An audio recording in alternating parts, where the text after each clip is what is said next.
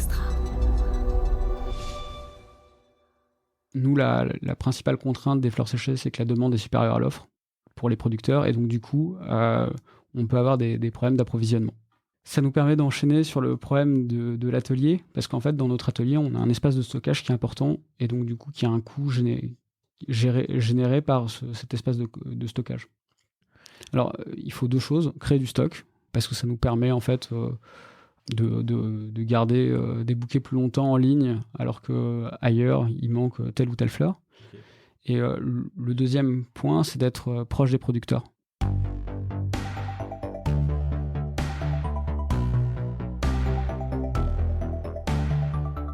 Bonjour, vous êtes sur le point d'écouter un nouvel épisode du Panier, le podcast e-commerce dans lequel on décortique les recettes gagnantes des acteurs du commerce en ligne. Mon objectif est de dénicher avec vous les meilleurs conseils et retours d'expérience pour se lancer et progresser dans la vente en ligne.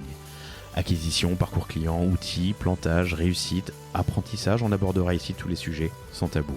Je suis Laurent Kretz, cofondateur de Cosa Vostra, agence de conseil tech et créative. Avec la meilleure équipe du monde en conception, créa, dev et contenu, j'accompagne des boîtes de toute taille dans leur stratégie digitale. Contactez-moi sur lepanier@cosavostra.com, sur LinkedIn ou sur notre site cosavostra.com. Bonne écoute.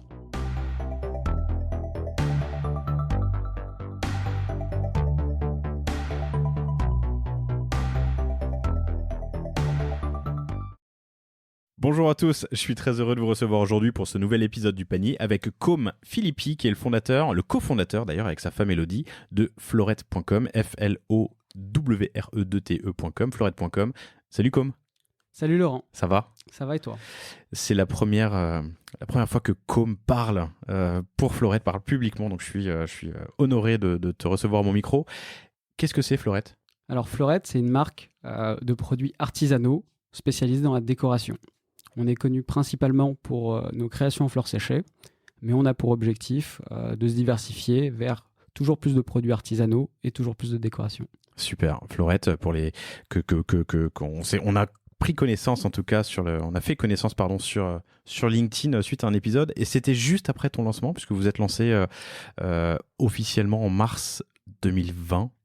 Oui, c'est ça. En fait, Floret, la genèse, c'est que ça commence en mars 2019. Après un voyage en Thaïlande où on avait vu un grand marché aux fleurs, et on s'est dit, Elodie et moi, on voulait faire quelque chose ensemble. Elodie en avait un petit peu marre de son boulot dans le digital, et moi, pour le coup, je voulais monter un site e-commerce pour m'exercer et pour qu'on ait un projet commun. Et en fait, on revient de Thaïlande, d'un grand marché aux fleurs, et là, on se dit, les fleurs séchées, c'est pas mal, c'est tendance. On rentre à Paris. On voit les boutiques où il y avait de plus en plus de fleurs séchées. On va sur Google Trends, on va sur Google Keyword Planner. On voit que c'est une tendance qui commence à vraiment monter. Et on se dit, c'est peut-être le bon produit. C'est assez léger. Pour le e-commerce, ça a l'air pas mal. Contrairement aux fleurs fraîches, c'est pas vraiment... c'est quelque chose qui n'est... Tu as des contraintes logistiques en plus qui sont moindres. Hein. Oui, voilà, c'est ça. C'est pas du tout périssable, c'est stockable. Donc, pour un side project, ça marchait bien et on s'est lancé à fond dessus. Donc, ça commence comme un side project, mars 2019, mars 2020, lancement officiel. En 2020, en pleine année Covid, vous faites 1 million de CA. Vous êtes sur une ambition qui est de doubler ce chiffre en 2021 et a priori, vous êtes parti pour le réussir. Un business, j'aime bien en famille. Alors, vous n'êtes pas marié, tu m'as dit, mais bon, bref, avec ta compagne, je trouve ça super. Autofinancé, pas prévu de lever des fonds pour l'instant. Quand on s'est parlé, c'était en avril, donc c'était un mois après le lancement. Vous faisiez déjà 30 à 40 commandes par jour. Un an plus tard, comme je l'ai dit, vous avez passé le 1 million d'euros de CA. Vous avez un centre de prod en région parisienne. Vous avez 2 boutiques. Oui, c'est ça. Et je suis très impatient que tu me racontes comment s'est passé du coup la genèse, la préparation sur un marché que tu ne connaissais pas. Comment tu as utilisé tes cartes, j'allais dire ton expertise passée, puisque tu es passé chez Oscaro, tu es passé chez Mr Fly, entre autres. Comment tu as utilisé donc ton expertise acquisition et digital marketing pour ce lancement. Je serais curieux de comprendre aussi les ops. Alors parce que même si les fleurs séchées sont plus faciles à stocker que des fleurs fraîches, c'est quand même très fragile. Comme nous a fait l'immense plaisir de nous apporter un bouquet chez Cosa Vostra et je trouve ça beau. Je m'attendais à ce que ce soit plus fragile d'ailleurs que ça. Nous aussi, quand on a commencé à faire des bouquets de fleurs séchées, on se disait ça va être vachement fragile, on va avoir un taux de retour qui va être élevé, et en fait, pas du tout. Contrairement à des fleurs fraîches, ça résiste très bien au voyage, et notre taux de retour sur les bouquets est vraiment très faible. Eh bien, on en parlera, formidable. Je veux que tu me parles des ops. Et surtout, ensuite, sur un point de vue plus technique, on va parler no-code, puisque Com a fait... c'est un sujet qui t'intéresse, qui te passionne, surtout sur la partie automatisation des flux, des actions marketing. Oui, tout à fait. Je pense que contrairement à des grandes entreprises qui ont des budgets très importants pour se payer des solutions très performantes, aujourd'hui, avec le no-code, on a accès à des outils très performants aussi, à budget moindre. Et ça permet vraiment de lancer une petite startup comme Fleurette. Je vous invite à écouter un épisode qui était passionnant avec Jonathan Benoudiz. Ça doit être dans les 10-11 premiers épisodes du panier où on parle justement automatisation. Jonathan qui m'avait converti à l'utilisation d'Integromat, qui est comme Zapier, comme Automation.io, comme If This Then That, pardon. Qu'on utilise aussi. Voilà, qui sont super, mais qui permet d'aller un cran plus loin. Bref, plein de sujets qu'on va aborder, et notamment un sujet important qui est le sujet de c'est pour ça que je parlais de no-code. Tu as développé la première version sur WordPress et WooCommerce. Ensuite, tu es resté sur WooCommerce, mais en passant par un free. Et là, vous êtes passé à Shopify. On va parler de cette migration et de la manière dont tu l'as abordée, comment ça s'est passé. Merci infiniment d'avoir accepté cette invitation. Très heureux de te recevoir. Un voyage en Thaïlande? Ça commence par un voyage, donc c'est une belle histoire. C'est aussi une belle histoire parce que je monte l'entreprise avec ma compagne sur un projet qui nous passionne tous les deux, qui est la décoration. Donc le voyage continue et c'est très plaisant. Avec une approche qui est quand même très pragmatique, et j'aime bien ça. Tu vas voir Google Trends. Comment tu creuses en fait tes insights marché pour te dire que c'est sur ce marché que tu voudrais te lancer? En fait, Elodie et moi, on est assez passionnés d'entrepreneuriat, et donc du coup, on a une idée par jour. Et on voulait monter cette entreprise ensemble, et du coup, on cherchait des idées. On avait d'abord pensé aux bougies, sauf que moi, je disais, le problème des bougies, c'est que c'est un produit qui est assez lourd, qui est vendu entre 25 et 40 euros, et qui, du coup, va avoir un budget de transport très important par rapport au coût du produit. Et donc, du coup, je me disais, c'est pas forcément super pour commencer en e-commerce sur un premier produit. Et le problème d'avoir une idée par jour ou 10 idées par jour, c'est que j'en connais beaucoup qui sont comme ça, c'est qu'en fait, tu as le risque de jamais te lancer, quoi. Exactement. Je commençais à avoir une liste de noms de domaine très importante sur VH. Ouais. Et il fallait qu'on se lance dans quelque chose. On commençait, je pense, à avoir fait le tour de nos boulots respectifs. Pour la petite histoire, on s'est rencontrés tous les deux chez Oui SNCF. Et donc, du coup, on voulait faire quelque chose ensemble et c'était la bonne période pour le faire. Donc, Google Trends, quels autres outils tu utilises pour creuser ton idée et creuser ton marché? Google Trends, Google Keyword Planner, l'outil de planification de mots-clés de Google, qui donne des réponses à beaucoup de choses. C'est intéressant. Alors, quelle réponse? Ou quelle question? À quelle question répond alors, pour Google Keyword Planner, pour le coup, il y a aussi le niveau d'enchère de concurrence. Donc ça, c'est quelque chose à prendre en compte aussi. Et Google Trends, c'est vraiment un outil de tendance. Ça permet de savoir si on est sur un produit qui est plutôt sur un marché potentiel en hausse ou sur plutôt un marché de potentiel en baisse. Et pour le coup, pour les fleurs séchées, c'était clairement en hausse. Donc ça nous a permis de nous conforter dans l'idée. Je ne pense pas qu'il faut y passer des heures et des heures, mais c'est tellement rapide d'avoir la réponse à cette question-là en utilisant Google Trends que ça serait dommage de s'en priver. En parenthèse, on parlait avec Com de parler en public versus parler derrière un micro en se disant que en public c'est quand même compliqué. Je lui disais que moi, les fois où j'avais eu le plus de mal, c'est quand je parlais à des audiences de gens brillants et bien plus intelligents que moi, en école par exemple. Et il disait, oui, mais sur le panier, il y a plein de gens intelligents qui écoutent, donc même stress. Et vous êtes tous très intelligents, mais je le dis quand même, Google Trends, c'est un outil qui nous permet de connaître des tendances sur des mots-clés qu'on va taper, les tendances d'occurrence, disons, de recherche de mots-clés dans Google. C'est certainement une évidence pour 99% d'entre vous, mais je le dis quand même, hyper intéressant, ça permet justement d'avoir ces tendances. On peut en plus les trier ou filtrer par pays, par timeline, par période. Ouais. On peut aller très très loin, quoi. Intéressant. Donc Google Trends pour savoir si effectivement il y a une tendance, et Keyword Planner, Ouais, c'est ça. Planner, Web pardon, pour en fait connaître ton niveau d'enchère. Ouais, exactement. Bah, on a pareil que sur Google Trends, on a par rapport à certains mots-clés qu'on peut lister, on va avoir le niveau d'enchère, le niveau de requêtes, enfin le nombre de requêtes qui ont été faites sur ce mot. Et pareil, ça complète l'analyse. Ok. Comment est-ce que tu vas plus loin ensuite? Après, je pense qu'il faut se lancer. Donc, l'étape suivante, c'est d'aller à Rungis. On achète 200 € de fleurs, on fait des bouquets, on fait un petit site assez rapidement. Donc, tu l'as dit, via WordPress WooCommerce avec un builder qui s'appelle Divi, parce que mes notions en code sont assez mauvaises et donc, du coup, il fallait que j'aille un peu plus vite et cet outil le permettait. Pour Divi, c'est un page builder. C'est ces outils qui permettent de créer de manière visuelle des pages dans des CMS. Divi doit exister sur. Il y a Elementor aussi qui existe par exemple. Exactement. Tout ça permet de créer des pages. Et puis il y a le page builder natif de WordPress qui est pas mal, mais ces outils permettent d'aller plus loin sans maîtriser le code et de faire des pages qui sont vraiment, disons, belles quoi. Enfin, il y en a qui sont très bons là-dessus. Moi, mon premier site n'était pas très beau. Mais il y a des gens qui sont très compétents sur Divi et qui font des sites super et qui vont très loin avec. Analysez les tendances du marché, regardez si ça vaut le coup d'investir et ensuite, j'adore, vous allez acheter des fleurs. Ouais, c'est ça. Et vous faites des l'étape bouquets. suivante. Moi, j'étais toujours sur ma partie e-commerce et il fallait du coup que Elodie aille sur sa partie qui est le produit et donc qu'elle crée les premiers bouquets pour savoir si ça allait prendre ou pas. Il n'y a pas d'innovation produit. Les fleurs séchées, ça existait déjà. Oui. C'est de plus en plus demandé, Oui. mais c'est des produits qui existent. Il y a Oui, pas de... c'est ça. Ok. Et donc, ça se trouve à Rungis, à côté des fleurs. Exactement, ouais. Ok. C'est de plus en plus grand à Rungis, mais ça existait déjà. Et Quand tu te lances sur un marché où la matière première existe, disons les circuits sont déjà présents, que tu n'as pas d'innovation produit, que tu te lances avant les grands, c'est bien parce que tu as le first mover advantage, mais les grands peuvent te rattraper vite. Ça, vous en tenez compte dans votre analyse marché? Alors déjà, les grands en faisaient déjà. Donc c'est pas quelque chose qu'on a pris en compte. Après, nous, c'était vraiment au départ, c'est vraiment un side project, donc un passe-temps.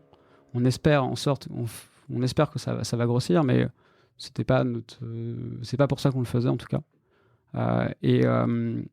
On espérait qu'on ait suffisamment de compétences pour que on puisse surnager dans ce marché.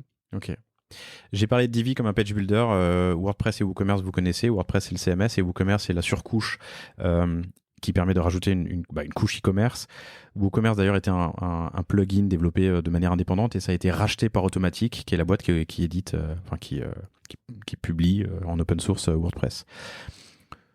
Étude de marché, étude de l'achat de mots-clés et donc de l'acquisition, en no-code et en mode bricolage, une première version du site. Oui. 200 € de fleurs. Avec 200 € de fleurs, tu fais combien de bouquets? Attention parce que je vais avoir ton coup de revient. Ouais, exactement. 6-7. Ok, on va dire 15-20. J'en sais rien. Mais d'ailleurs, je peux te poser la question. Est-ce que le markup est plus important sur les fleurs séchées que sur les fleurs fraîches? Oui. Les fleurs séchées coûtent plus cher que les fleurs fraîches. Ok. Parce qu'en fait, c'est quelque chose. Il suffit pas de suspendre une fleur ou d'attendre qu'elle sèche pour l'avoir, c'est ça? Si, mais du coup, c'est de l'espace de stockage. Ok. Et il en faut beaucoup. Et du coup, ça a un coût. Et c'est pour ça que les fleurs séchées coûtent généralement plus cher à la base que les fleurs fraîches. Ok. Après, il y a d'autres techniques pour les rendre plus belles et un peu plus vives. Il y a les fleurs du coup colorées. Et il y a les fleurs Colorées. qui vont être peintes en fait. Ok. Qu'on va colorer pour donner un peu de vitalité au bouquet. Et après, il y a les fleurs qu'on dit stabilisées. Donc pour le coup, ça, c'est un procédé technique où on va les baigner dans des bains de glycérine. Et les fleurs vont garder cet aspect frais qui, pareil, rapporte un peu de vitalité au bouquet. Donc toutes ces techniques permettent en fait à la fleur séchée d'être un peu plus à la mode aujourd'hui et d'être un peu plus durable que les bouquets de nos grands-mères de fleurs séchées. Ok, compris. Un autre épisode qui était intéressant, c'est avec WeCommit. Ça doit être entre 10 et 20, si je dis pas de bêtises, sur le panier. On avait parlé de dropshipping et justement, avec cet invité qui était Adrien, on avait parlé d'une de ses opérations où il avait vendu ses fleurs qui sont trempées dans la glycérine pour la Saint-Valentin. Mais là, ce n'est pas le cas. Donc, revenons dans le cours de l'histoire. Vous faites, tu as ton site, tu as ton analyse marché, tu as tes X premiers bouquets. Qu'est-ce que tu fais ensuite? Alors, on fait les premiers bouquets, on les met sur le site et on regarde si ça prend ou si ça prend pas. Ok, avec un peu d'acquisition? Un petit peu d'acquisition Tu investis dès le combien? départ. On devait investir 10 € par jour. Ok. Donc, c'est vraiment un test and learn. Ah oui, continue jusqu'à aujourd'hui, c'est vraiment du test and learn. Ok. On Aujourd'hui, tu lance investis aussi- combien par jour? Aujourd'hui, on doit investir, si on prend Facebook Ads et Google Ads, on doit être à 200 € par jour. Vous mettez un peu d'acquise pour lancer, pour tester. Exactement. On lance également Etsy, qui est une plateforme qu'on trouve vraiment super et qui nous donne de la visibilité aussi directe. Est-ce qu'Etsy n'est pas un peu en perte de vitesse? Ça fait longtemps que j'en ai... Pardon, je réalise que ça fait longtemps que je n'ai pas entendu parler. ETSY, qui est Etsy, chers auditeurs, pardon, qui est une plateforme qui permet un peu à des gens qui font de l'artisanat de vendre leur production. Ouais, c'est ça, c'est une marketplace de Ouais. produits artisanaux. Donc vous lancez d'ailleurs, sur la page d'accueil, mais je ne sais pas si c'est parce qu'il y a du... J'y suis à l'instant même. Je ne sais pas si c'est parce qu'il y a du retargeting ou de l'analyse de navigation, mais ça me semble pas possible. Il y a une section dried flowers. Vous faites donc vous lancez le site, vous le mettez aussi sur Etsy, de l'acquisition, et ça prend. Et ça prend. Ok. On fait quelques ventes. On n'est évidemment pas au volume d'aujourd'hui, mais suffisamment pour qu'en fait, Elodie commence à se dire qu'elle va faire ça un peu plus de temps et qu'elle va finir par démissionner de oui.sncf en octobre 2019 pour se lancer à 100% sur Fleurette. Donc à ce moment-là, il y a déjà quelques ventes. Ouais, par on jour. fait quelques Ok. ventes, ouais. Une dizaine de ventes par jour. Une dizaine de ventes par jour. Alors je refais la timeline. Mars, à peu près le voyage, l'idée. Exactement. C'est ça. Ouais. En octobre, une dizaine de ventes par jour. Elodie quitte son job pour s'y mettre à plein temps. Ouais. Et mars, c'est là que toi aussi tu quittes ton job. Et là, vous êtes à une quarantaine de bouquets par jour. Ouais, exactement. Ok. En octobre 2019, on crée la SAS. Et après, en mars 2020,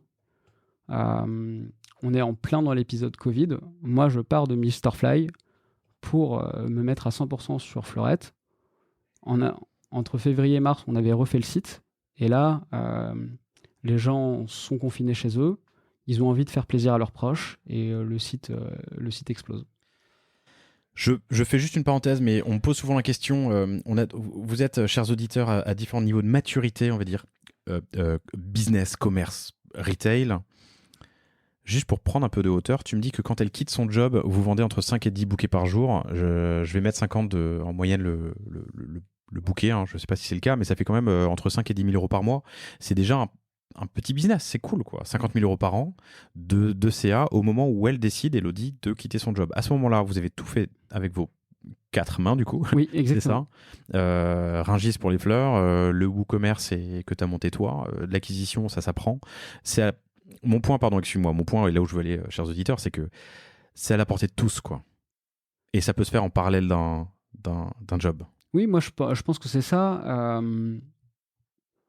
Nous, en tout cas, c'est ce qu'on a fait. Effectivement, quand on allait au boulot le matin et qu'on devait aller à la poste déposer nos colis, c'était pas forcément évident. Je sais pas si j'aurais la motivation pour le refaire aujourd'hui, très sincèrement. On stockait les fleurs dans notre cave. Notre gardienne, elle a dû péter un plomb. Ouais. Vous vendez de la bœuf ou je sais pas quoi. Ouais, du CBD, Ouais. c'est actuel. Mais en fait, oui, c'est ce qu'on a fait. Ça a suffisamment pris et aujourd'hui, on en est ravis en tout cas. Elle faisait quoi, Elodie? Alors, Elodie, elle Quel faisait background? du display. Donc, Vous êtes tous du les deux dans marketing l'actif, digital. quoi. Exactement, ouais. Ok. Donc, elle quitte son job. Il y a une accélération. On passe de 5-10 bouquets par jour à 30-40 bouquets par jour. Oui. Au moment où toi, tu quittes Mr. Fly. Exactement. Juste avant, ou en plein... oui, c'est ça, juste avant le Covid. Je quitte Mr. Fly pendant le Covid et le site explose également dès le premier confinement parce qu'en fait, les gens voulaient faire plaisir à leurs proches. Le site était mieux indexé sur Google parce qu'il avait été mieux fait sur la deuxième version. Et du coup, ça nous a permis vraiment de voir une hausse très significative des ventes. Donc là, il a fallu en fait composer une équipe. Donc on avait déjà recruté un premier salarié pour la boutique qu'on avait ouverte en février 2020. Mais là, la fête des mères arrivait et il nous fallait beaucoup plus de fleurs et beaucoup plus de mains de fleuristes pour composer beaucoup plus de bouquets. N'importe qui peut aller à Rungis? Un particulier peut y aller ou il faut une carte professionnelle? Il faut une carte professionnelle. Elodie s'était mis en statut auto-entrepreneur directement. Et ça suffit pour aller à Rungis? Ça suffisait, oui. Ok, c'est pas compliqué. Non, pas très compliqué. Quand tu achètes pour 200 € de fleurs, tu n'es personne. Exactement. Ok, mais pour faire 30 à 40 bouquets par jour, il faut commencer à acheter un sacré stock. Exactement. Alors d'abord, ça a été tout le travail de 2020, ça a été de passer des grossistes à des producteurs de fleurs pour gagner en fait une étape dans l'achat des fleurs. Donc augmenter un petit peu nos marges. Et effectivement, c'est qu'une question de volume. Ok. Le packaging n'est pas évident. Alors, le bouquet que tu nous as apporté tout à l'heure est de taille moyenne. Enfin, c'est un joli bouquet. C'est pas un bouquet immense, ouais. Mais c'est déjà une boîte conséquente. Ça aussi, vous avez dû faire un peu de recherche. Enfin, un peu de. Comment est-ce que vous avez fait avant que tu quittes ton job, avant qu'Elodie quitte son job? Ça a été un petit peu de bon sens. Et après, ça a été un très bon accompagnement de la personne de la société qui fait nos cartons, qui est Raja. Raja, les grands. Enfin, le Raja, pardon, la fameuse boîte Raja. Exactement, ils ont un service sur mesure. Et quand on leur annonçait nos volumes, le mec était passionné par ce qu'on faisait. Il trouvait ça très sympa. Et donc, du coup, ils nous ont vachement aidés en fait, pour confectionner notre premier carton. Génial. Raja, R-A-J-A, je sais pas si j'ai dit G avant, mais Raja, c'est le jour où j'ai créé une boîte, et j'en ai créé des dizaines, hein. J'exagère, mais le jour où j'ai créé une boîte, j'ai commencé à recevoir des catalogues, quoi. Et à chaque nouvelle boîte, je reçois des catalogues et des catalogues. Je pense que c'est les derniers à faire des catalogues en France. Ça marche, visiblement. Et donc, ils font du sur-mesure. Exactement, et donc du coup, ils nous ont accompagnés, et on a... Moi, c'est quelque chose qui me passionne, l'emballage, en fait, parce que je trouve que c'est hyper clé en e-commerce. Et du coup, on a passé un petit peu de temps à faire notre boîte pour que le bouquet soit à la fois protégé et que la personne qui le reçoit soit contente du cadeau qu'elle reçoit. Oui, et que l'unboxing soit bien. Exactement. Alors, je vous le décris dans une seconde, mais juste avant ça, vous le faites quand? Le carton de vous faire accompagner par Raja sur un carton personnalisé? On doit le faire après la fête des mères de 2020, donc au mois de juin. Ok, c'est récent. Ouais, c'est récent. Et avant? Tout est une question de volume là aussi. Et avant, vous faisiez comment? Un carton de la bonne taille et un autocollant Fleurette? Alors, au départ, on faisait ça, et après, on prenait un carton de Raja toujours, sauf qu'on avait fait créer une cale pour que le bouquet soit tenu à l'intérieur. Donc, on avait pris un carton existant avec quelque chose d'un peu sur mesure qu'on mettait à l'intérieur pour que le bouquet soit protégé. Quelque chose en carton? Ouais, exactement. Et que tu faisais faire par qui? Un cartonnier dans le sud de la France. Il y a des gens dont le métier, c'est d'être des cartonniers. Il y a les cartonniers. Exactement. Il y a même des ingénieurs carton. J'ai appris ça chez Raja. Tu l'apprendras, et vous aussi, chers auditeurs, si vous écoutez l'épisode avec Spring, qui fait des produits d'entretien et la vaisselle, machine à laver, bref, et qui a un carton, tout en carton du coup, mais avec une sécurité enfant, et qui a bossé. C'est une histoire intéressante, je vous invite à l'écouter, c'est un épisode assez récent. Le carton que j'ai reçu, que tu m'as apporté tout à l'heure, est donc un carton brandé Fleurette, qui est très sympa, et quand on l'ouvre, il y a une sorte de pliage à l'intérieur de carton avec une encoche dans lequel le bouquet vient se poser, disons. Ce qui fait que quand je l'ouvre, j'ai devant moi le bouquet tenu comme s'il était maintenu en équilibre en plein milieu de la boîte, quoi. Exactement, on voulait quelque chose de très simple mais efficace. Et je pense qu'on a bien réussi notre carton. Et comme je le disais, le carton est clé en e-commerce parce qu'on voulait vraiment que le bouquet soit protégé et beau, donc pour l'instant on en est très content. Voilà pour le packaging. Donc tu quittes ton job en mars, tu rejoins Elodie, vous commencez à créer une équipe, vous terminez Alors au moment où tu quittes, j'ai dit que vous étiez à entre 30 et 40 paquets par jour, c'est quand même presque 30K de CA par mois environ. J'imagine, vous finissez l'année à 1 million. Raconte-moi cette accélération. Alors, déjà le Covid nous a vraiment aidés. On fait partie des entreprises qui ont été vraiment gagnantes du Covid parce qu'on avait une stratégie directe digitale. Et c'est vrai que les gens voulaient faire plaisir à leurs proches. Et du coup, on était bien ranké en SEO là sur Bouquet de fleurs séchées. Et on offre souvent des fleurs pour faire plaisir. Et donc, du coup, tout de suite, on a vu une augmentation des volumes. Comment est-ce Et que tu as après, fait pour être bien ranké en SEO alors que ta boîte est si jeune? C'est une stratégie de contenu? Vous aviez commencé tôt? Alors, déjà, le site était mieux fait. Donc, il y a un aspect technique. Et après, on a plus travaillé notre SEO, c'est-à-dire que on a fait en sorte qu'on réponde aux requêtes des internautes. Et donc, du coup, on a vraiment travaillé sur tout ce qui était genre bouquet de fleurs séchées ou des requêtes très concurrentielles. Et après, il y a eu une vraie stratégie de contenu. Tu peux aller un tout petit peu plus loin sur la démarche? Répondre aux requêtes des internautes, explique-nous. Répondre aux requêtes des internautes, c'est de se placer dans le cerveau des gens pour savoir ce sur quoi ils vont, qu'est-ce qu'ils vont taper sur Google. Quel outil tu utilises pour faire ça? Toujours Google Keyword Planner. Même pas d'autres outils en amont encore de Google Keyword Planner? Il y en a d'autres, mais celui-là est Keyword Planner vraiment, vous suffit. ouais, Ok. vraiment suffisant. Et donc du coup, là-dessus, on a travaillé. Et après, il y a une deuxième étape qui est une étape qu'on fait toujours aujourd'hui. On croit beaucoup en fait à la stratégie sur des blogueurs. Et donc, on a vraiment travaillé notre netlinking, donc avoir le plus de liens entrants qui parlent de Fleurette. Et ça, du coup, on a mixé ça avec de l'affiliation. C'est-à-dire qu'en fait, on a envoyé un bouquet à des blogueurs dont on aimait bien les blogs. On regardait le domaine authority et la qualité des blogs.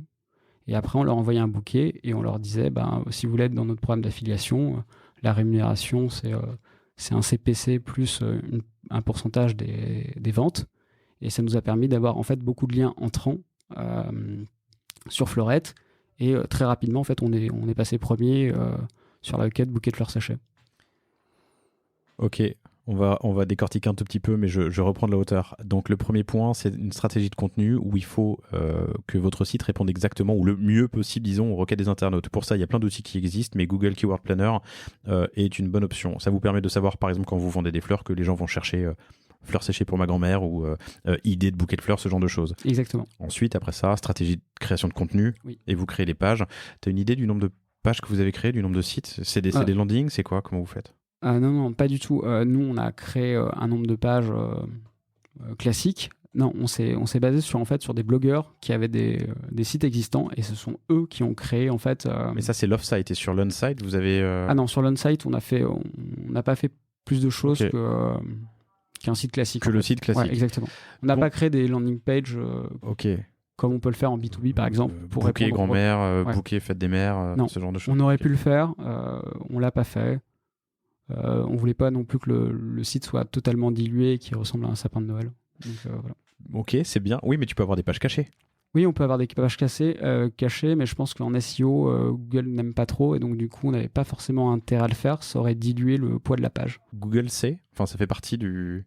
Google, Il sait tout déjà. Ouais, exactement. Il sait tout et il fonctionne de plus en plus comme un humain. Et donc du coup, si ça répond pas à un objectif de l'internaute, vaut mieux pas le faire.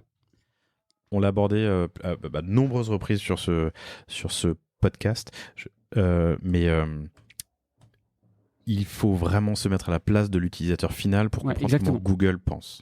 Je suis pas un grand spécialiste du SEO, mais c'est ce que je retiens en fait de toutes les expériences SEO que j'ai eues. Donc, au lieu de faire de multiplier les landings chez vous qui amèneraient vers l'entrée qui sera à l'entrée du tunnel, ça vous permet de savoir ou d'identifier des blogs qui répondent à ces problématiques. Mais comment tu fais pour les identifier? Alors, c'est là où intervient la plateforme d'affiliation. Nous, on travaille avec une plateforme qui s'appelle Affilae. Et donc, du coup, en fait, ils ont une marketplace de sites. On peut choisir la thématique. Et nous, on prenait thématique blog et après décoration. Et ça nous a permis, en fait, de contacter en masse, en fait, beaucoup de blogueurs et de proposer, en fait... Mais en triant d'abord sur ceux qui répondaient aux problématiques, enfin aux questions qui étaient les plus fréquentes ou les plus remontées, c'est ça, fréquentes dans Google Keyword Planner. Exactement. Okay. En fait, on regardait la catégorie du blog, on regardait son domaine authority parce que c'est quelque chose qui nous intéresse. Qu'est-ce que c'est le domain authority? On va dire que c'est un indicateur sur la puissance du site visité. c'est pas un indicateur de Google donné, mais il y a plusieurs solutions qui l'estiment. Et nous, pour le coup, on utilise un plugin, une application qui s'appelle Moz pour connaître ce domain authority. MOZ. MOZ, ouais. Il y a plein de... Alors, Affiliae, dont Com vient de parler, c'est A2AFILAE.com, plateforme d'affiliation. Il y a plein d'add-ons, d'extensions Chrome qui permettent de connaître les technos d'un site, son domain authority, le nombre de liens, les technos utilisés. Bref, ça, c'est vraiment un truc sur lequel il faut creuser. T'en as un en tête que tu aimes bien ou tu as dit Moz, il y en a d'autres. GoStory, qui permet de connaître les solutions d'acquisition utilisées, qui fait aussi AdBlock. Après, j'utilise plein de plugins, mais je connais pas forcément les noms. Donc, Google AdWords Planner pour comprendre les requêtes qui sont les plus courantes, disons, dans votre univers. Affiliae, une plateforme d'affiliation. Sur cette plateforme, vous allez trouver les blogueurs qui répondent le mieux à ces problématiques. Vous mettez en place une plateforme, un process une proposition d'affiliation. Mais tu m'as dit que vous envoyez en plus un bouquet. Oui. C'était très important qu'en fait les blogueurs puissent parler de la marque et du produit. Et donc, du coup, la meilleure chose à faire, c'était de leur envoyer un bouquet. Parce qu'on savait que si on leur envoyait un bouquet, ils écriraient sur ce bouquet-là. On sait aussi que les blogueurs sont friands de photos et ça nous permettait non seulement d'avoir un article de blog, donc une backlink, plus d'avoir des photos sur Instagram. Et donc, on faisait de pierre deux coups. On faisait à la fois de l'influence et à la fois du blog. Hyper important qu'on parle de vous partout sur Internet, mais hyper important aussi que là où on parle de vous, il y a un lien vers votre site. C'est ça. Exactement. Pour le coup, moi, la stratégie des influenceurs, je pense que c'est quelque chose qui va diminuer. Parce qu'en fait, c'est très push, mais pour le coup, c'est pas très durable. Quand tu dis stratégie d'influenceur, c'est un mec qui va faire une story en disant « Allez acheter un bouquet chez Fleurette ». C'est très éphémère, et en plus, si on comprend un peu le business modèle d'Instagram, c'est quand même de vendre de la publicité. Donc le reach des influenceurs commence à largement diminuer, et donc du coup, la visibilité apportée par un influenceur va être de plus en plus réduite à l'avenir. Je peux débattre avec toi là-dessus ? Oui, on peut. Je déconne, bien sûr que je vais le faire. Tu dis la stratégie d'Instagram où c'est de vendre de la pub, ou TikTok ou les autres, il y a quand même une grosse tendance là à faire à importer des catalogues produits pour que la vente se passe sur la plateforme. Oui, donc potentiellement une com à prendre ensuite, quoi. Ouais, exactement. Ça c'est leur stratégie qui est pas, je crois pas encore arrivée en France, mais alors il y a Checkout, mais il n'y a pas encore. Ou alors il y a l'inverse. Enfin, il y a la plateforme Instagram Shopping. Ouais, c'est ça. Il y a Shopping, mais pas Checkout, ou Checkout, mais pas Shopping. Qui n'est pas totalement fini comme mais TikTok va dans le même sens. Snap aussi. Alors tout à fait. Il y a aussi quelque chose d'important là-dedans, c'est qu'Instagram va recueillir le client. Et donc, du coup, le client n'achètera pas sur le site e-commerce de la marque. Et du comme coup, quand je pense sur Amazon, non ? Exactement. Mais je pense que du coup, c'est un risque. C'est un débat. Mais on peut l'avoir. Ouais. En fait, Com sourit parce qu'il me voit sourire. Je m'explique. Moi, je pense qu'avec des partenaires comme Sodilog qui peut faire de l'achat et du stockage, Silver SILVR qui peut m'aider, enfin me prêter des sous pour faire de l'acquise, du warehousing ou de la vente sur des marketplaces comme Amazon. Au final, moi, si j'arrive à juste poser ma plateforme de marque sur un site de contenu, un CMS tout simple, et ensuite les réseaux sociaux, utiliser des influenceurs et faire des ventes sur les réseaux sociaux via l'influence, je peux arriver à monter un business qui, alors même sur pas que pour du dropshipping, même sur des produits que je produis moi-même, quoi. Donc c'est un peu mon point. Et je me demande dans quelle mesure, et j'adorerais faire un épisode là-dessus.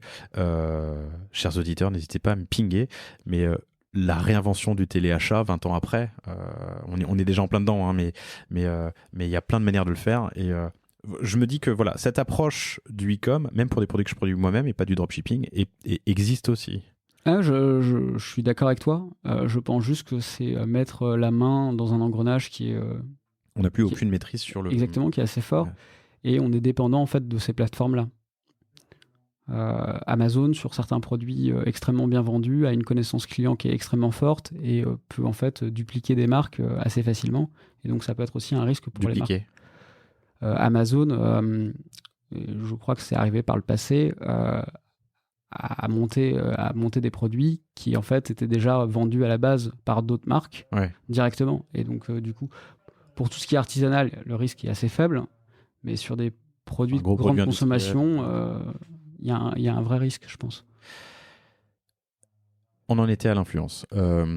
Vous l'avez quand même utilisé, Voilà, ce canal? l'influence pour nous, c'est vraiment les blogueurs Les blogs qui et vont, l'affiliation. exactement, qui vont partager sur les réseaux sociaux euh, le contenu qu'ils ont produit en fait. Parce qu'un blogueur qui va écrire un article, qui va passer du temps, il a aussi envie d'avoir de la visibilité. Et donc du coup, pour avoir de la visibilité, il va aussi les mettre sur les réseaux sociaux. Mais pas forcément. Je suis en train de me demander. Je comprends que l'influence, tu as un boost éphémère, mais tu as un boost certain. Oui. Enfin, tu peux avoir un boost de tes ventes. En parler à des blogueurs ou des gens qui vont écrire, en tout cas, ça te permet d'optimiser ton SEO et donc une stratégie plus long terme. Exactement. Et evergreen. Vous avez fait aussi de l'influence pure comme on l'entend? C'est Tu vas parler arrivé, de en moi fait, sur ta story. c'est arrivé parce qu'on a fait des partenariats avec des marques comme My Jolly Candle ou sur des événements dédiés. Et pour le coup, eux utilisent énormément d'influence. Et donc, du coup, on avait ce retour-là de l'influence. Mais clairement, aujourd'hui, c'est pas forcément une stratégie sur laquelle on va beaucoup et sur laquelle on mise à long terme. Tu voulais pas ressembler, je reviens sur le SEO, tu voulais pas ressembler à un arbre de Noël, mais comment tu fais ton optimisation SEO sur ton site, on-site? Optimisation on-site, c'est plutôt des critères techniques, rapidité.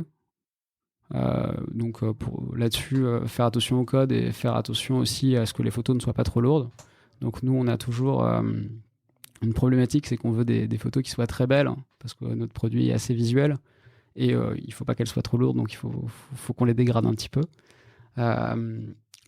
Il dit ça avec un grand sourire, hein, parce que comme si c'était sale de dégrader ces belles photos de bouquets de fleurs.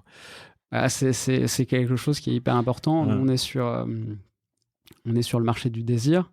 On veut que Fleurette, ça soit un réflexe pour faire plaisir ou se faire plaisir sur un univers très féminin. Et donc, du coup, la photo est vraiment clé. Petite parenthèse d'ailleurs, qui sont vos personas? Univers très féminin, mais c'est des acheteuses que vous avez? On a principalement des acheteuses. Notre communauté de gens sur Instagram est à 93% des femmes. En revanche, on a aussi pas mal d'acheteurs, parce que les acheteurs, ça peut très bien être le mari de ces femmes qui sont abonnées à Fleurette sur Instagram. Et donc, du coup, pour leur faire plaisir, les maris achètent des bouquets Fleurette. Est-ce qu'il n'y a pas un business à monter où on pourrait faire en couple un Instagram Connect et le mec ou la femme pourrait voir les marques? T'as un risque parce que... Bon, attends. Faire attention au retargeting. Ouais, c'est ça. Je pensais à des idées cadeaux, voilà, mais en fait, il y a d'autres choses qu'on regarde sur Instagram, c'est pas forcément une bonne idée. Ok pour le SEO on-site, ok pour l'affiliation et par extension un petit peu l'affluence. Ton achat média, t'es passé tu m'as dit une dizaine d'euros par jour avant, quand vous étiez en side project pour tester, à presque 200 euros par jour, c'est ça? Ouais, c'est ça. Ouais. Comment est-ce que vous le répartissez sur... On fait à peu près 50-50 Google Ads, Facebook. Ok. Google Ads, on va cibler les intentionnistes. Facebook, c'est un peu plus haut de tunnel. Je pense que les deux leviers se complètent bien. Et pour le coup, aujourd'hui, ça nous suffit en termes d'acquisition. Dans la maturité de l'acheteur, il y a celui qui sait ce qu'il veut acheter et c'est ce que tu appelles un intentionniste. Je reprends, juste pour qu'on soit tous bien d'accord. Et il y a, quand tu dis plus haut de tunnel, c'est sur Instagram de l'inspiration. Exactement, créer le désir, ce sur quoi on doit être avec Fleurette. Donc 50-50 et sur Facebook, Insta, Facebook. On laisse l'algo déterminer. Tu as eu souvent des gens qui sont venus sur le podcast et qui disaient exactement la même chose. Effectivement, l'algo, du coup Facebook, Instagram, puisque c'est réunifié sous Business Manager, ouais. est de plus en plus fort et bien meilleur qu'un humain maintenant. Et du coup, nous, on laisse l'algo tourner et en fait choisir à la fois ses audiences et à la fois ses emplacements. Alors, je veux pas me tirer une balle dans le pied parce que c'est toujours bien d'avoir des experts avec soi, qu'ils soient freelance ou agence comme Cosa Vostra, appelez-nous. Mais c'est vrai que ce que tu dis, on l'a déjà entendu, je crois que c'était Pierre-André, le fondateur de Wikasa, mais qui disait... Pierre-André, j'ai un doute. Pierre-André, si tu nous écoutes et que tu ne t'appelles pas Pierre-André, je suis désolé.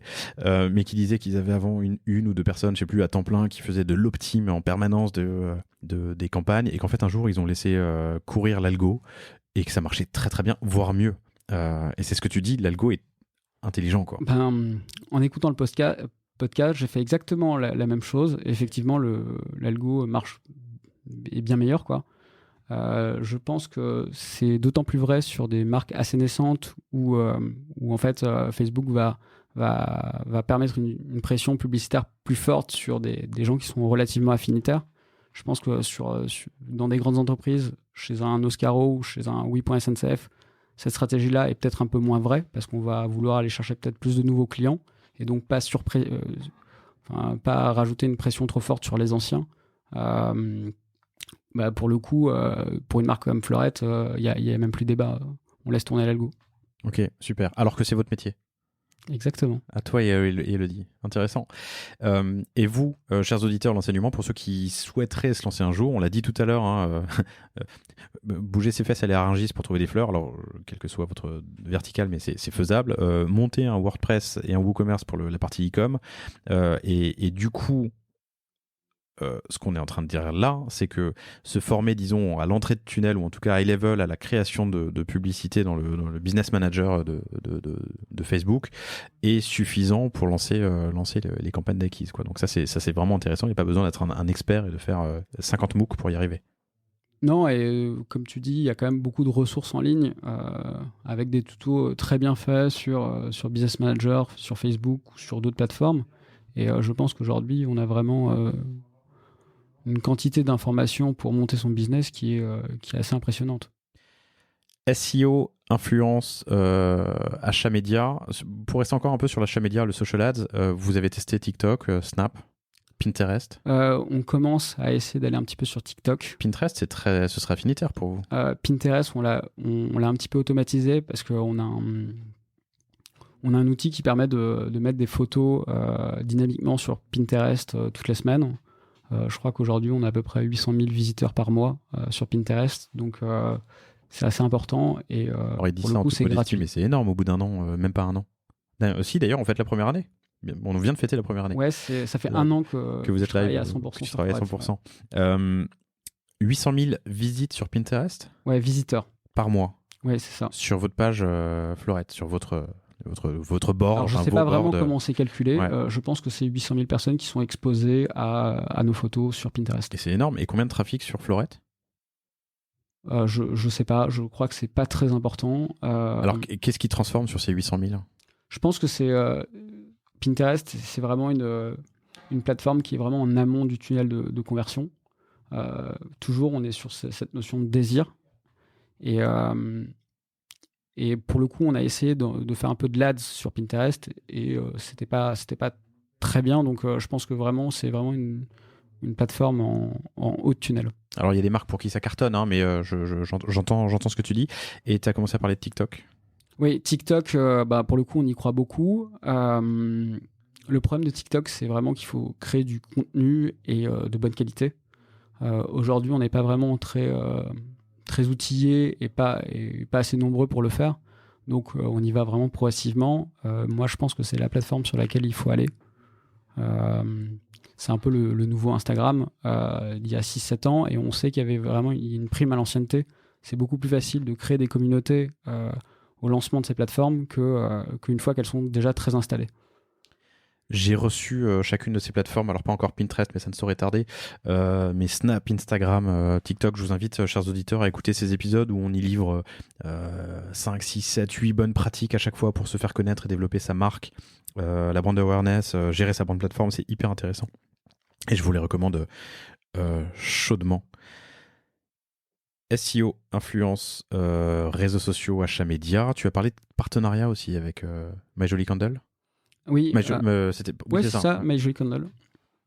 En fait, régulièrement, on a été invité, surtout au début de l'activité de Fleurette, à faire des petites créations sur des stands avec cette marque-là. Et ça nous a permis d'avoir un petit peu de visibilité conjointe avec ces marques. Et quand on lance son entreprise, c'est vachement intéressant. C'est hyper intéressant ce que tu dis. Vous avez été invité ou vous avez un peu forcé la main ou proposé au service? Non, on a été invité. Tu l'aurais pas été, j'aurais trouvé ça. Enfin, alors, c'est bien que tu l'aies fait, mais ça aurait été hyper intelligent de le proposer. T'associer en déco à une marque, vous allez voir sur le site fleurette.com, c'est joli ce que vous faites. Donc, t'associer à une marque qui va être visible et sur laquelle vous êtes complémentaires, hein, rien que pour décorer un stand ou faire des photoshoots, c'est intéressant, c'est bien. Ouais, ça permet de gagner en visibilité. Je pense qu'il y a beaucoup de petites choses qu'il faut prendre. Et en fait, la croissance, il y a un ensemble de petites choses qui font qu'on gagne en visibilité. Et nous, clairement, c'était quelque chose qui était vachement intéressant pour nous. Ok. Dernière question sur les canaux d'acquisition. Comment est-ce que vous gérez l'email ? Alors, l'email, on est sur Klaviyo. Ouais. C'est un sujet qu'on veut vraiment traiter en 2021 pour ajouter un petit peu d'intelligence. La première année, en général, on se focus un peu plus sur l'acquisition parce que on n'a pas forcément beaucoup de clients, donc du coup, l'email est un peu moins important. Là, cette année, on commence à avoir des clients. On a à peu près 20 000 clients, donc du coup, on a vraiment intérêt à forcer un peu plus sur l'email. Donc, dans Klaviyo, il y a ce qu'on appelle des flows. En fait, c'est des scénarios d'email. On a créé certains scénarios qui étaient directement proposés par Klaviyo et qui étaient très bien faits, comme l'onboarding ou le panier abandonné, qui sont des scénarios très classiques. Et là, on va essayer de rajouter un peu plus d'intelligence en faisant des scénarios de fidélisation et des scénarios de réactivation de clients, soit dormants, soit des clients autres. Je voulais te poser la question un peu plus tard sur les ops, mais du coup, je la pose maintenant, c'est intéressant. Le rebuy, hein, quand tu fais donc le réachat, pardon, en français, quand tu vends des fleurs séchées, est forcément, j'imagine, moindre que sur de la fleur fraîche. Alors, oui, tout à fait. Alors, pour la personne qui a déjà acheté un bouquet, elle peut aussi faire plaisir à d'autres personnes. Donc ça permet d'avoir quelqu'un qui réachète. Et ensuite, nous, en 2021, on a une vraie question sur les produits. On veut vraiment se diversifier et aller sur de plus en plus de produits artisanaux. Et donc, du coup, on ne fait plus que des bouquets de fleurs séchées. On fait aussi également des bougies, de la papeterie, de la décoration. Et ça permet aussi de faire du cross-sell sur ton Exactement, et de faire du réachat. Okay. Exactement. Sur les 20 000 clients, c'est quoi le nombre d'achats moyen ? Alors, 15% des clients ont acheté plus d'une fois. Ok, ce qui est déjà intéressant. Ce qui est intéressant sur une année, ouais. C'est marrant, quand tu m'as contacté l'année dernière sur LinkedIn pour me dire que les podcasts étaient bien, j'ai apprécié. Je crois que c'était après l'épisode avec Fred Fillou de Piou. Oui, c'est ça. Piou, hein, de Mr. Fly. Épisode passionnant. Où tu avais travaillé.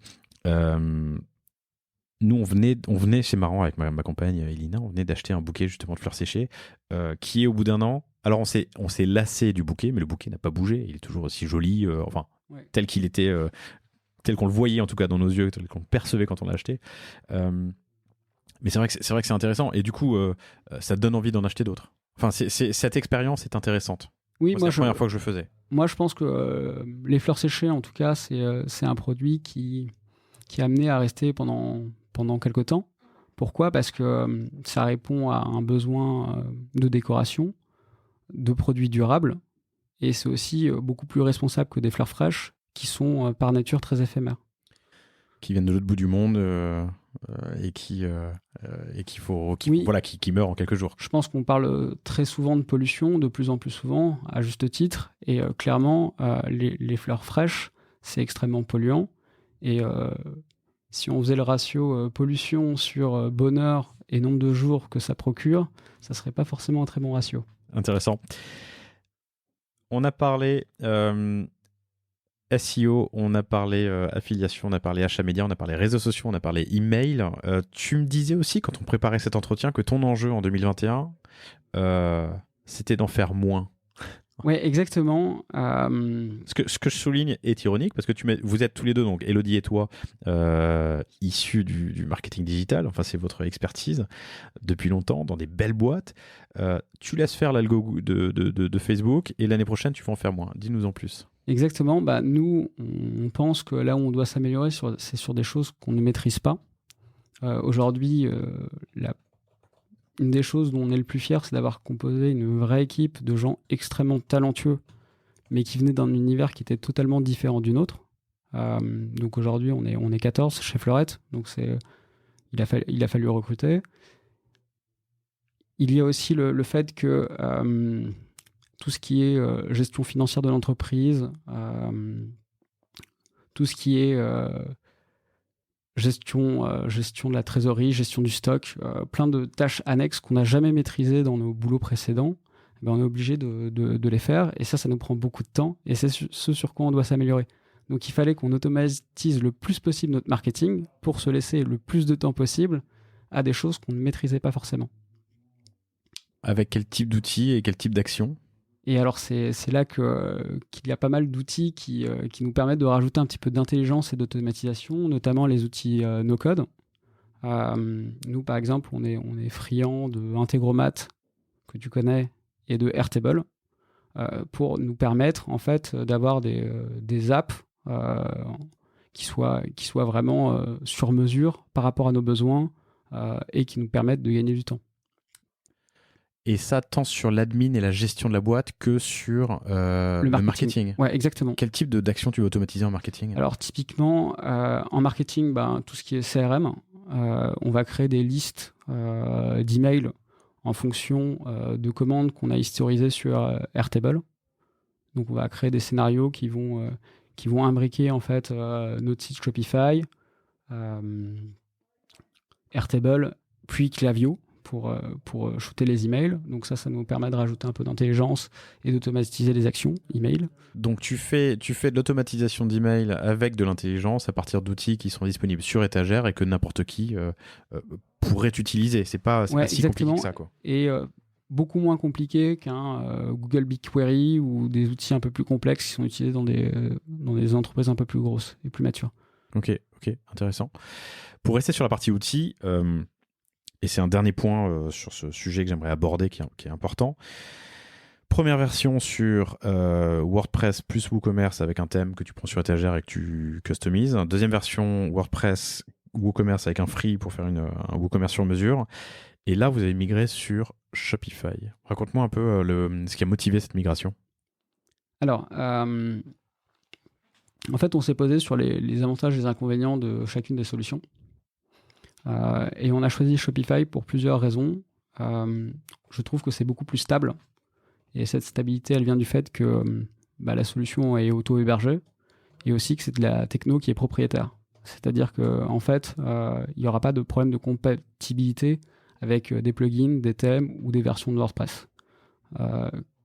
Pendant le temps où on a utilisé WordPress, on a eu quelques heures où on a un petit peu flippé parce que soit le thème, soit une application ne marchait plus et faisait déconner le site. Et on se dit, quand on est chef d'entreprise, on se dit comment on va faire, parce que si le site ne peut plus tourner, il n'y a plus de business qui rentre et ça va devenir très compliqué.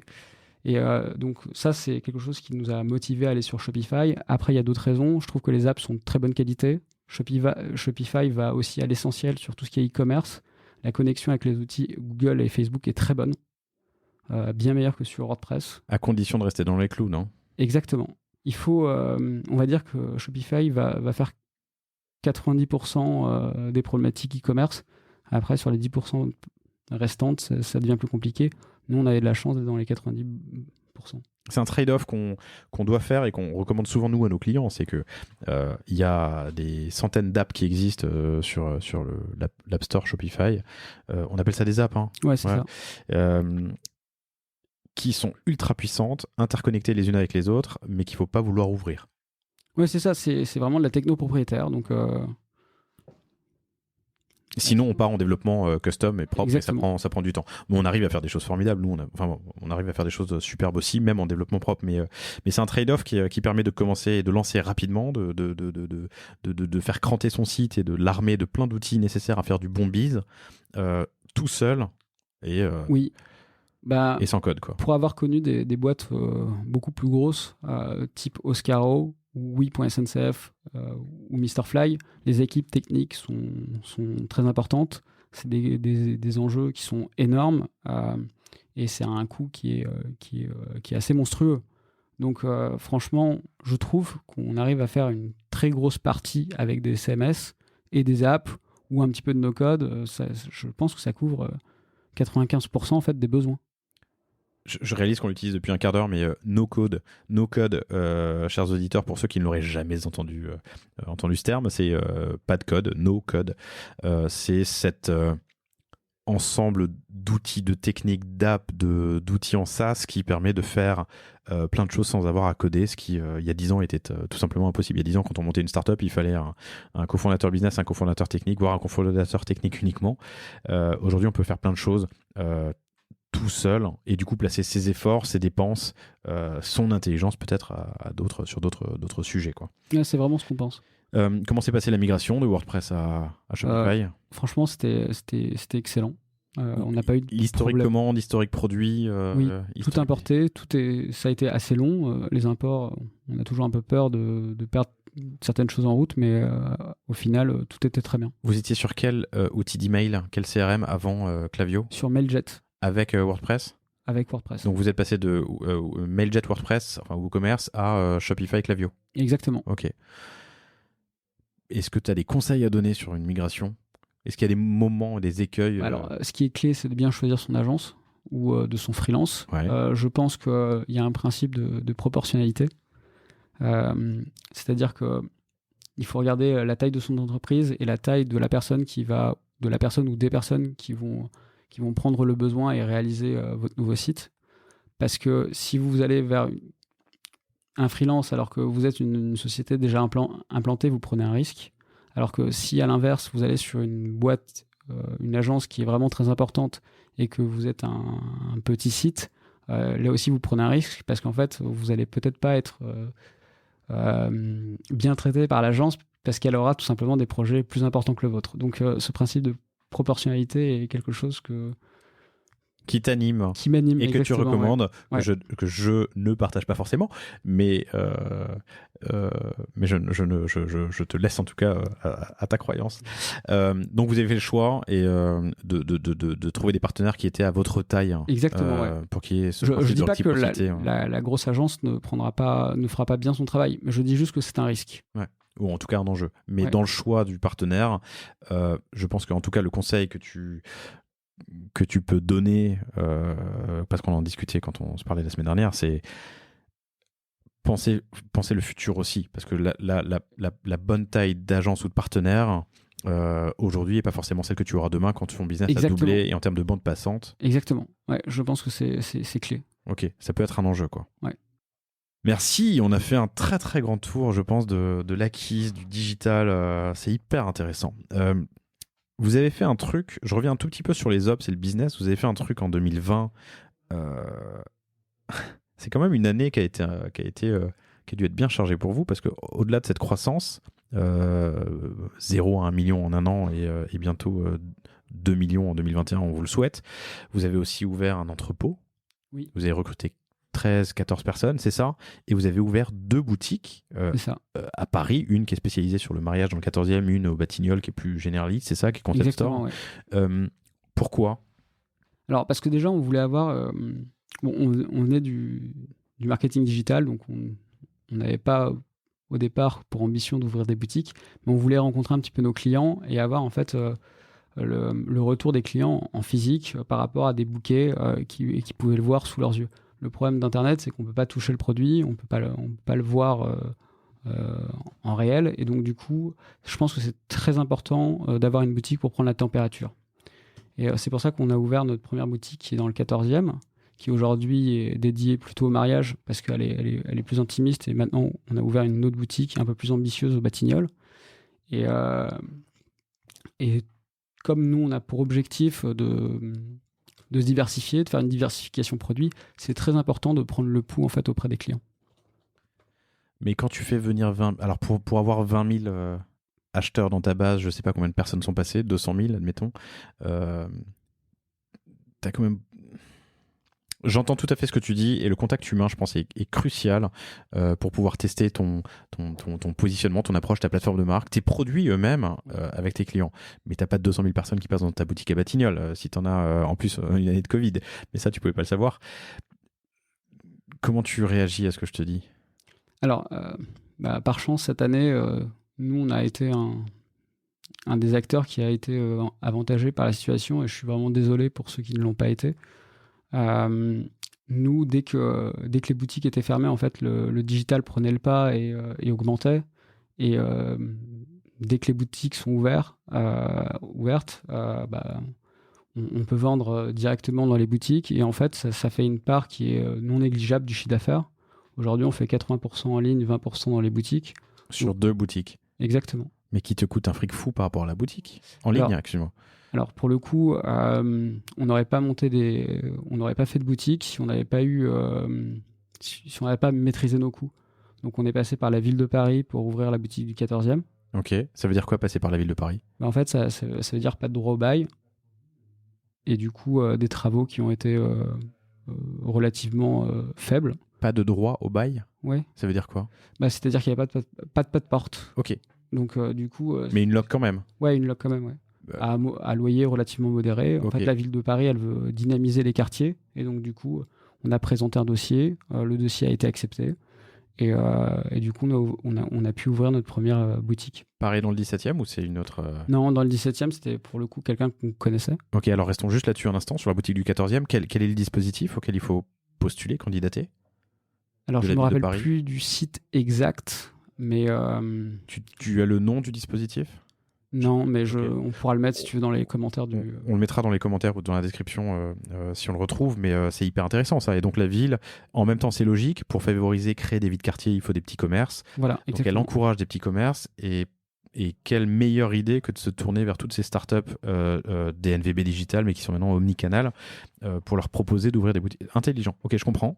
Et du coup, ça nous a permis de maîtriser tes coûts et d'ouvrir des boutiques pour pas trop cher. Et aujourd'hui, on est vraiment content de cette stratégie, même si les boutiques, ça nous prend beaucoup de temps, ça demande une organisation qui est assez complexe, plus complexe que le e-commerce. Et donc, du coup, on n'a pas vocation à ouvrir beaucoup de boutiques.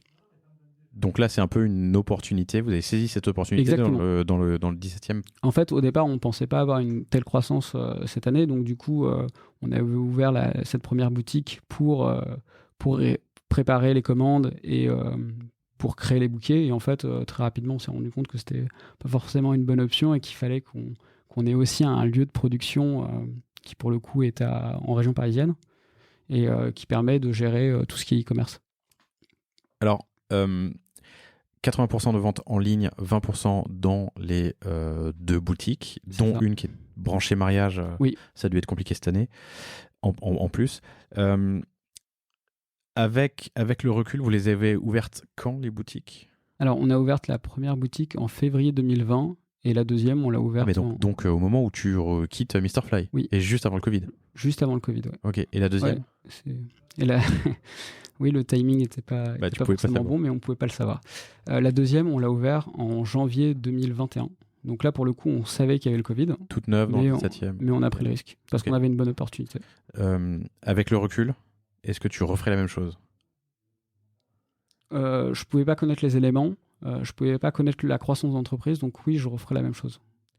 C'était des choix une réponse intelligente. Ma question était débile, t'as raison. On ne savait pas que le Covid allait arriver, mais là en janvier, en revanche, pour le coup, on a regardé les éléments en étant assez rationnels et en se disant est-ce qu'on peut le faire, on ne peut pas le faire. Et pour le coup, sur la boutique où on savait qu'on avait le risque Covid, on avait plutôt un bon plan au Batignolles, quartier qui est très sympa. Pour une DNVB, c'est un quartier où on peut présenter sa marque et c'était un peu plus ambitieux que notre boutique du 14e qui est à Pernetti et qui n'est pas forcément dans un quartier très passant. Ok. Mais du coup, comme c'est une boutique orientée mariage, qui nécessite une acquisition, une activation propre. Oui, clairement. Et là, pour le coup, on va appuyer cette boutique via des campagnes AdWords. Qu'est-ce que je peux chercher pour la trouver? Bouquet mariage ou mariage fleur sachet. Je le fais en live dans Google en fenêtre anonyme.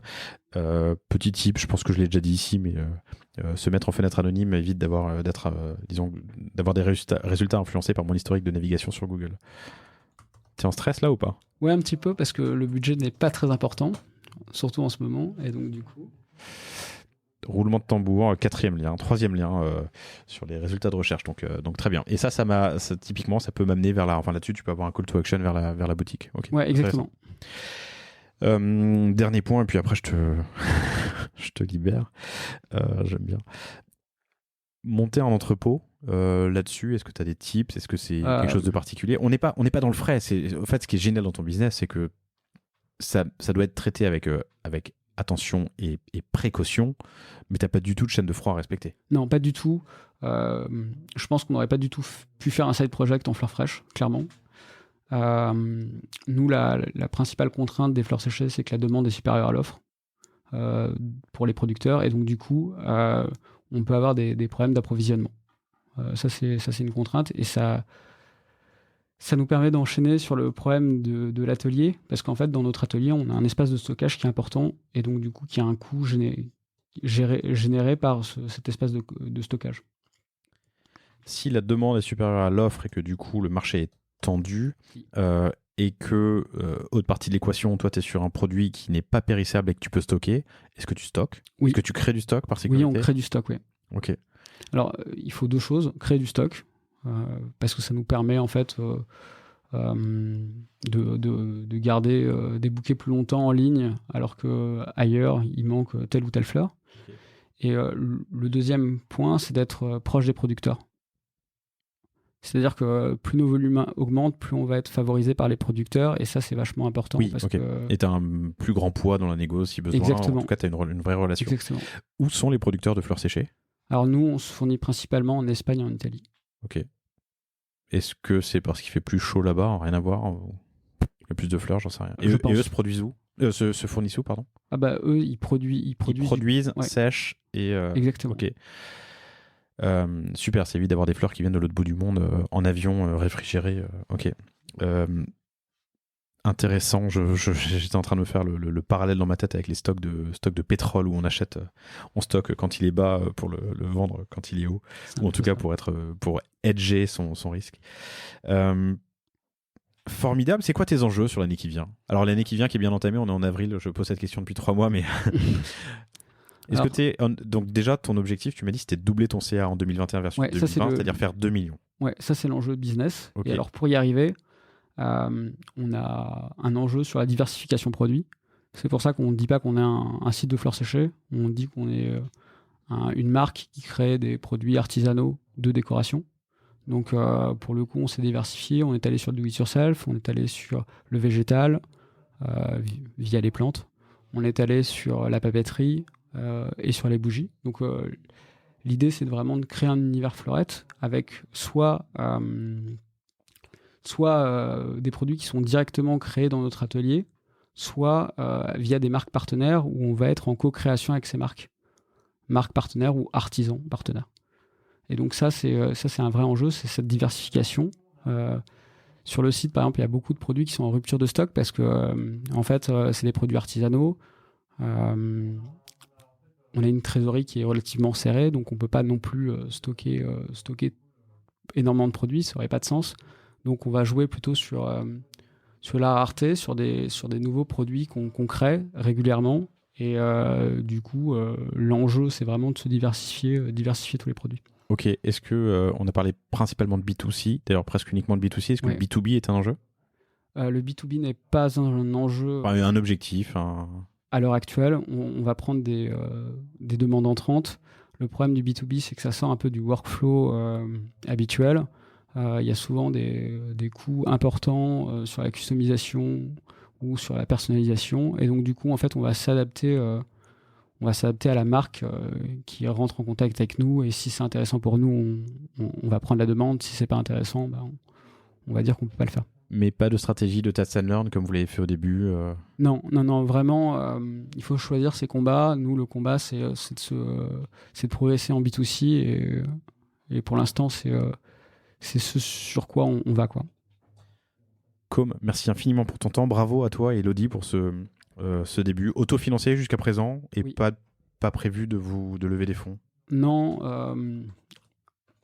on a envie vraiment de monter une entreprise qui est totalement autofinancée. Ce qui pourrait être intéressant si on levait des fonds, c'est plutôt l'accompagnement. On est relativement jeune et je pense qu'il y aurait plein de bons conseils à avoir de gens qui ont pas mal d'expérience. Mais pour l'instant, tant qu'on peut tout faire en auto-financé, vaut mieux rester comme ça.